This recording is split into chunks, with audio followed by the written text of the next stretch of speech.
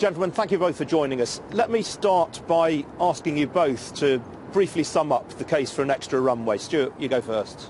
Well, I think the case at Gatwick is a really compelling case. I think for many years we've seen efforts to expand Heathrow and every one of those has failed. At Gatwick, this is the first time we've been in this competition to see if we can get the second runway. That's because we're in separate ownership now. And really competition is at the heart of everything that we're about.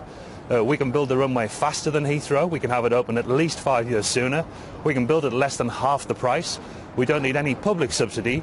And because we're to the south of the city, we don't have the huge environmental impacts that Heathrow will have on the population of London. We're a tiny fraction of the environmental impact. So if we're serious about building a runway for the first time since the 1940s, Gatwick is the place to do it.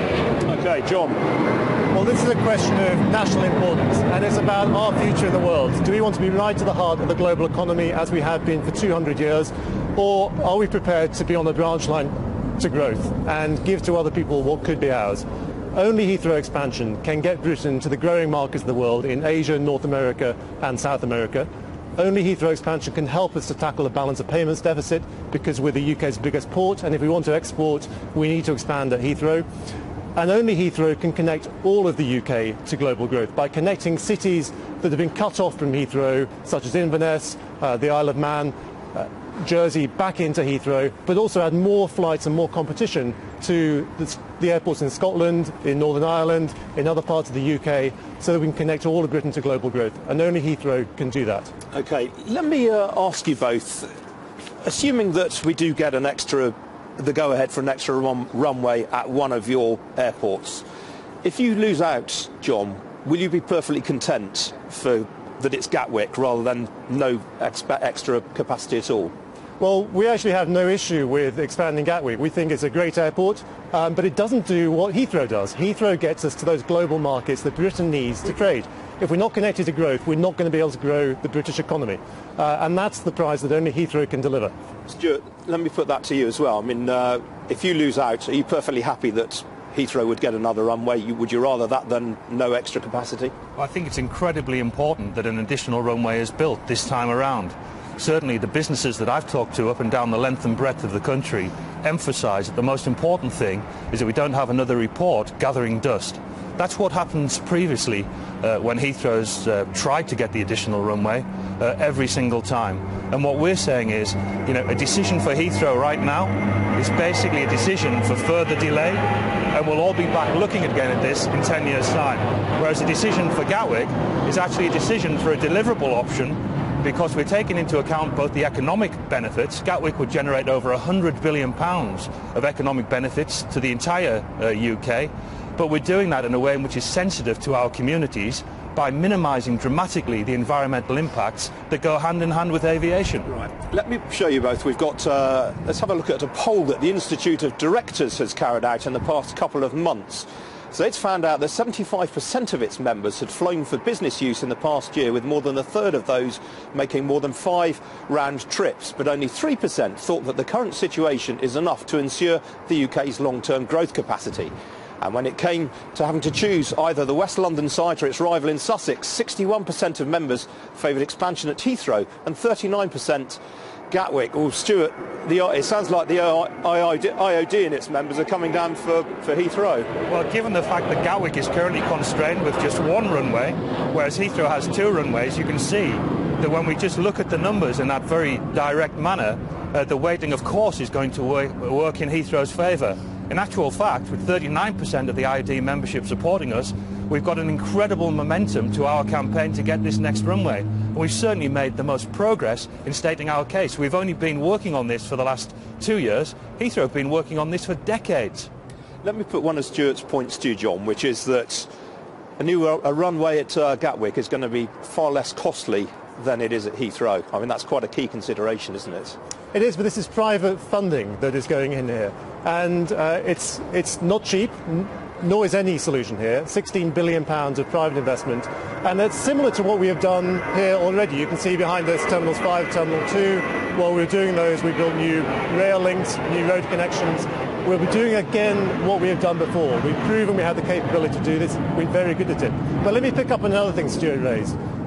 Gatwick, says that we can't deliver as quickly. We absolutely can. This can be delivered, new capacity here at Heathrow in 2025, exactly the same timescale that Stewart is talking about. That's a real prize for the UK. Right. Stewart? Well, in terms of the cost of the facility, John talks about £16.8 billion. Recently, E.C. Harris, a construction consultant, did a piece of work for Gatwick looking at the Heathrow plans and said in actual fact they're probably short by about £5 billion of additional investment required. And even the Airports Commission themselves identified £5.7 billion of public subsidy that would be needed for improvements to the surface access to the road and the rail networks to and from Gatwick. So I think the costs that John talks about are somewhat less than they actually would be if you were to go ahead and build the runway. But in terms of airport charges, today Heathrow has the most expensive airport charges of any airport in the world at £22. Gatwick's charges are only £9. With expansion at Gatwick, our charges would go up to somewhere between £12 and £15, whereas Heathrow's charges would escalate to somewhere of the order of £35 to £40, making it significantly more expensive than the next most expensive airport in the world. John, do you want to come back on that? Well, I don't recognise Stuart's figures, and our figures are significantly lower than that. But I don't want to put my consultants against his consultants. Look behind us. We have done this before. We're good at it. We deliver on time, on budget, to a fantastic quality. We know what we're doing here. We can deliver by 2025. OK, let me put some questions from our viewers in. We've got one from Bill Thompson from the Wirral, and he says Munich is in fact a far more superior experience than Heathrow could ever hope to be.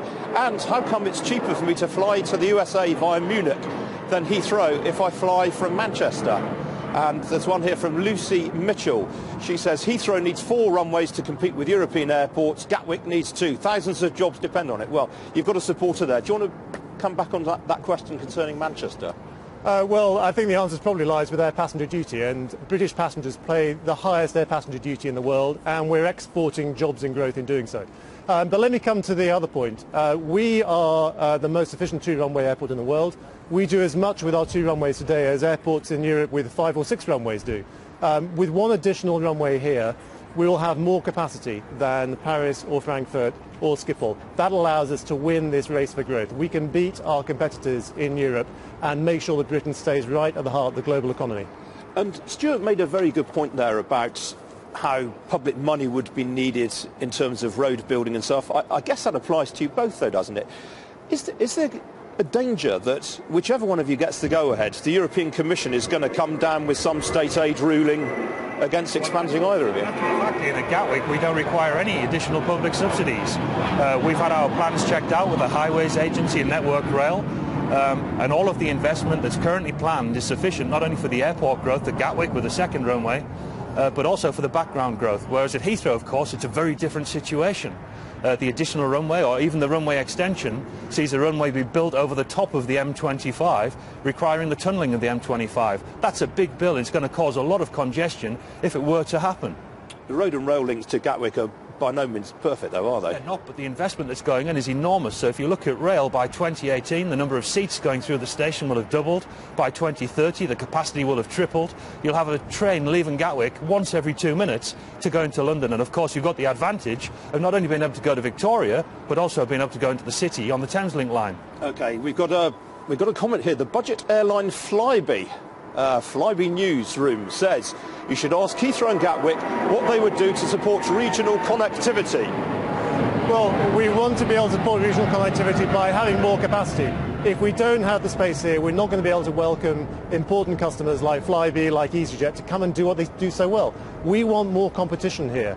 We are having to turn away airlines who want to come and service passengers at Heathrow. The demand is here. Let's expand Heathrow and let competition work. Right, John, well, I've got one here from your MP, Mary McLeod, whose constituency includes Chiswick and Isleworth, and she says children at schools in my constituency are struggling to learn because of aircraft noise. How can you justify putting up to 260,000 more flights over the heads of these children? Wouldn't it be better to spread the pain? Well, actually, Mary is a fantastic local MP. I spend a lot of time with her, and because she raised this issue with me, I spent my first day visiting 2 of our local schools. Because the local schools are part of our community. A quarter of the kids there are the kids of people who work at the airport. many of them will come to work at the airport in the future. So I want to make sure we're giving them a great education, and they are getting a great education. We are insulating the schools so that they're not affected by noise and they have a good learning environment. But what we also want to be able to do is to give them a great future as well. 40,000 new jobs for local school kids coming from expansion. That's a huge prize. And what I want to be able to do is to make sure that one day one of the kids in the primary school today comes to do my job. That would be a fantastic prize for the local community. Okay. I think this issue of noise is a massive issue, Ian. If you look at the plans that John has at Heathrow, because of its location directly to the west of the City of London, it means that with the third runway, up to 350,000 new people will be newly impacted by noise. Whereas if the expansion goes ahead of Gatwick, where it's more deliverable and likely to happen, only some 17,000 people will be impacted. It's this issue of noise that has really ruled Heathrow out time and time again, and it's no different today.